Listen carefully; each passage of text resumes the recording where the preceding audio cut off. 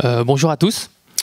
J'ai des slides. Le cercle me fait peur, donc je vais rester par là, si vous ne m'en voulez pas. Et je m'excuse vraiment auprès de Clémentine, parce que j'ai envoyé mes slides très tard, et du coup, je pense que ça a dû causer peut-être des problèmes d'organisation. Donc,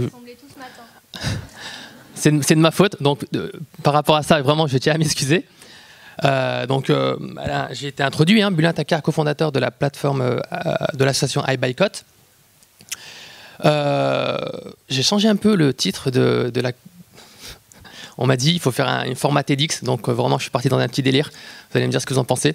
Tremblez, tremblez, les sorcières sont de retour. Récemment, j'avais assisté à une conférence au Festival du Voyage Engagé. C'était cette année. Et j'avais écouté un conférencier qui s'appelait Mohamed Taleb. Donc c'est un philosophe écologiste. Et qui avait parlé de la chasse aux sorcières. Et quand en fait on parle quand on entend sorcières, moi jusqu'à présent je me disais mais c'est vrai, en fait c'est des personnes, c'est des créatures laides, on pense aux contes, on pense à de la magie. Et en fait quand je l'ai écouté, en parlant des sorcières, donc de la chasse aux sorcières qui s'est déroulée entre le 14e et le 17e siècle, ce sont des personnes, en fait c'était une population féminine paysanne, des sages-femmes, des guérisseuses qui utilisaient une médecine douce qui était basée sur justement les plantes, les médicaments. Et donc c'était des personnes qui étaient proches de la nature. Et en fait on le voit dès cette époque que des personnes défendant cette nature ont commencé à être persécutées et marginalisées. Et pourquoi je vous parle de tout ça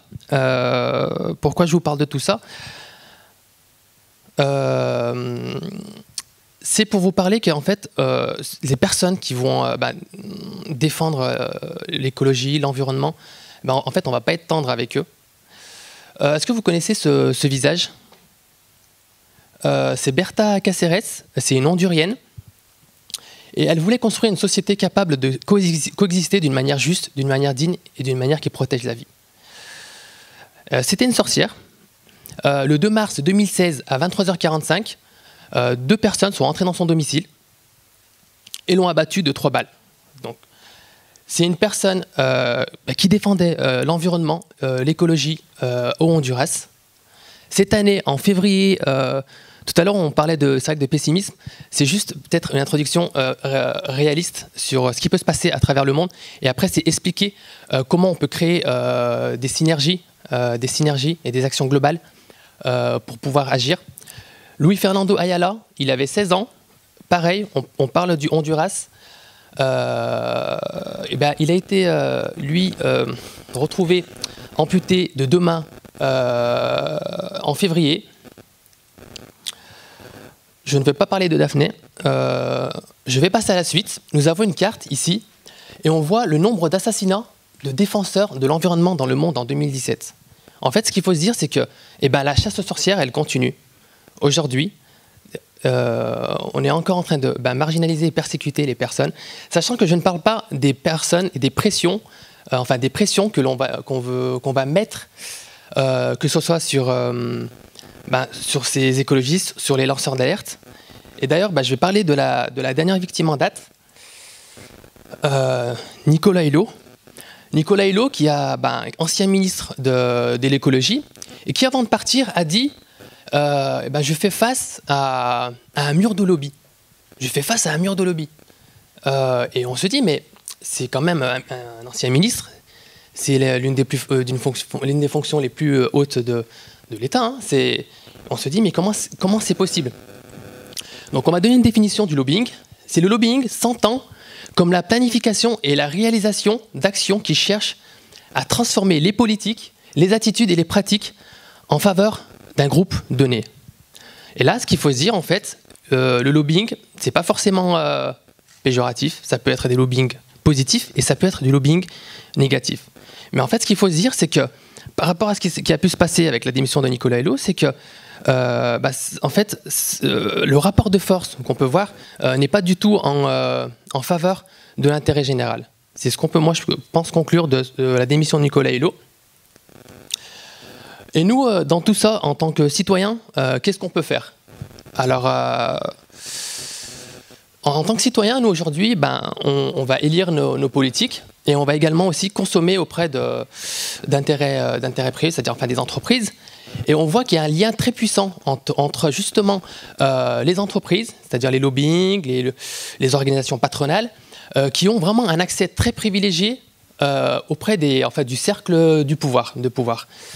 Et ça, c'est assez problématique, sachant que les associations, les ONG n'ont pas le même accès. C'est-à-dire qu'il y a vraiment clairement un déséquilibre à ce propos-là. Sachant que nous avons le poids, enfin nous, ça fait un peu, mais les citoyens ont vraiment le poids démographique, sachant qu'en face, il va y avoir plus le pouvoir économique et le pouvoir politique. Je voudrais parler de Starwek, si ça se prononce comme ça, Starwek. C'est une dame qui se présente comme une sorcière et qui est une écoféministe. En fait, c'est une personne qui fait la relation entre la domination des humains sur la nature et la domination des hommes sur les femmes. Et donc, c'est l'écoféminisme.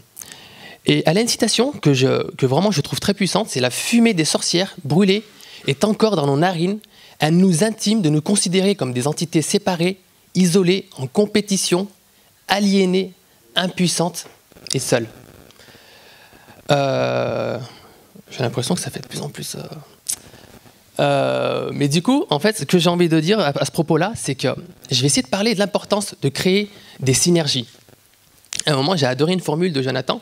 On a une formule qui ressemble un peu à ça aussi. C'est de créer des actions collectives, individualisées. C'est-à-dire qu'on va, de manière individuelle, agir, mais dans un contexte vraiment collectif. Et ce qu'il faut faire dans ce cas, on parle de s'unir. Récemment, il y a une étude qui a montré que 3,5%, et ça on l'a entendu avec la Marche pour le climat, on l'a entendu dans la vidéo de Vincent Verza, que 3,5% des personnes qui se mobilisent peuvent renverser un gouvernement. Donc 3,5%, ça paraît un peu utopique, mais c'est une étude qui a été lancée. L'idée, c'est de créer des vagues au sein donc, de ce cercle de citoyens, et c'est d'agir beaucoup plus concrètement sur les politiques et sur les entreprises. Et donc là, ce que je tiens à dire, c'est que les solutions, elles sont multiples. Souvent, on entend, on va présenter un autre projet, et on va dire, oui, mais il ne faut pas faire ça. Ah non, mais il faut faire ça. On est vraiment dans une logique où certaines personnes vont dire, enfin voilà, on a notre solution et on avance. Alors qu'en fait, on va être vraiment dans cette idée où on va agir d'une manière unie en créant des synergies. Et c'est pour ça que je ne vais pas parler uniquement de la consommation. Voilà, j'avais fait un petit schéma pour montrer ce que ça représente, et je pense que c'est largement faisable. On est déjà beaucoup dans cette salle, et je trouve qu'il y a énormément de projets, et là on en a découvert quelques-uns, on va en découvrir par la suite, et je trouve que il y a quelque chose de puissant qui se passe.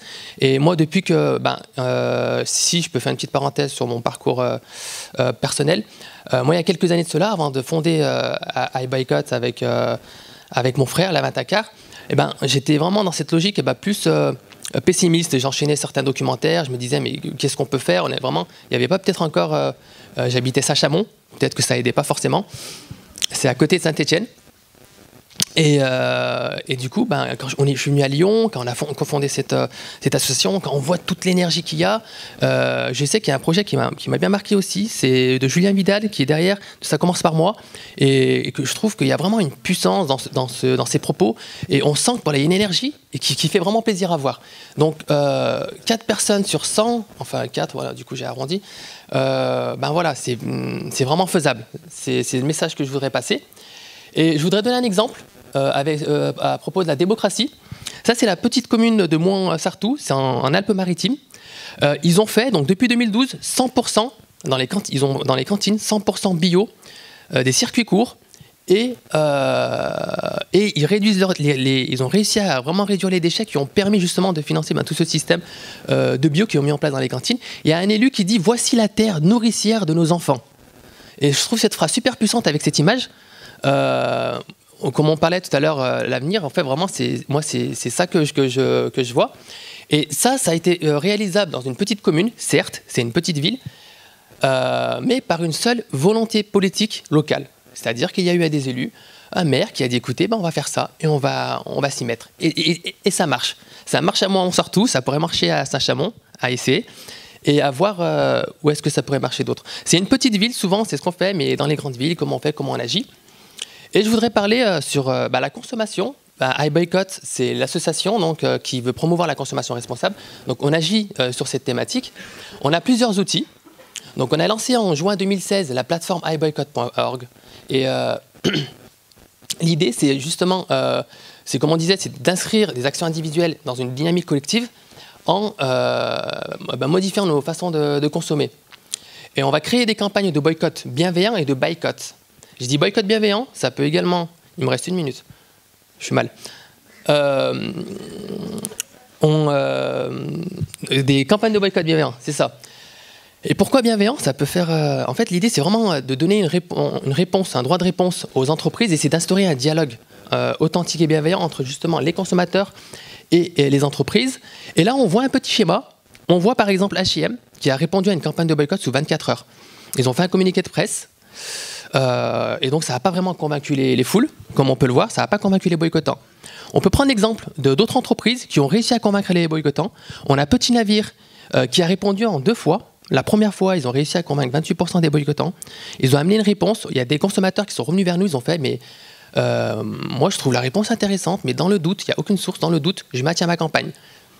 Ils sont revenus quelques mois plus tard avec Greenpeace. Donc Greenpeace qui a beaucoup travaillé sur ce dossier. Et ils ont dit, écoutez, on prend des engagements. D'ici 2020, on diminue de 50% l'utilisation de DCP. C'est pourquoi il y avait une campagne sur Petit Navire. C'est l'utilisation du DCP, c'est le dispositif de concentration de poissons qui forme en fait des écosystèmes. Et du coup, on vient pêcher tout ça. Et du coup, c'est un vrai massacre. On va tuer des tortues marines, des dauphins. Enfin, on va pêcher le thon, mais en même temps, on va faire un vrai massacre. Et du coup, ils ont décidé d'utiliser. Du coup, le fait qu'ils ont pris des engagements pour répondre aux consommateurs, ça a plu aux consommateurs, donc ils ont décidé de lever la campagne de boycott. On le voit avec Jouet Club, c'est le dernier exemple que je vais donner avant de parler de l'application et de finir. Jouet Club, c'est assez intéressant, ils ont lancé une campagne, il y avait très très peu de consommateurs, donc on était vraiment 3-4 000 sur la campagne, autant dire que c'est très peu. Quand Sabine, donc c'est la présidente de l'association Vida pour la protection des animaux, avant de lancer la campagne, elle a essayé de contacter Jouet Club, elle n'a eu aucun retour. Quand elle a lancé la campagne, donc elle a eu un retour. Jouet Club lui demandait clairement de cesser cette campagne. Elle a dit qu'il faut répondre aux revendications des consommateurs qui étaient de mettre fin à un partenariat avec les Cirque Pandas. Sous 1 semaine, ils ont pris rendez-vous pour mettre fin à un partenariat de 30 ans. Et donc, ça, on le voit, ce qui a été vraiment neutralisé par Jouet Club à ce moment-là, c'est le fait que ce boycott-là pouvait toucher d'une part l'argent, dans une moindre mesure, parce qu'on n'est pas encore assez nombreux, et d'autre part l'image de marque. Et l'image de marque est très importante pour une entreprise, et c'est dans ce sens-là qu'il y a des millions qui sont dépensés dans le marketing, et que iBoycott aussi fait ce travail dans ce sens pour pouvoir changer les pratiques des entreprises. L'application BuyerNote, je vais faire simple, je vais raconter ça en une phrase, c'est le Yuka anti-lobby, qui vous permet d'être acteur, et en quelque sorte aussi de lancer des alertes à travers des campagnes donc de boycott et de boycott. iBoycott, c'est un mouvement citoyen. Actuellement, on est 110 000 sur la plateforme. 150 bénévoles à travers 13 antennes en France, Suisse et Belgique. On est plus de 1000 adhérents.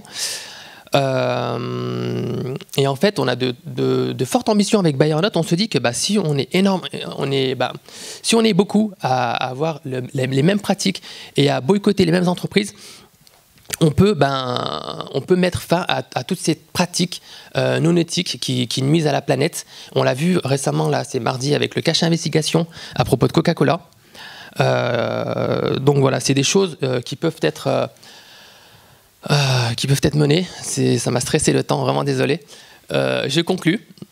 Ce qu'il faut faire, j'ai parlé des chasses aux sorcières, j'ai parlé de tout ce qui se passe dans le monde. En fait, il faut une action globale, c'est-à-dire qu'il faut qu'on réussisse à créer des synergies, mais à travers le monde entier, c'est-à-dire que les écologistes qui se battent partout dans le monde doivent être soutenus. Et en même temps, il faut proposer des solutions locales, comme on l'a pu le voir au niveau démocratique, au niveau de notre consommation.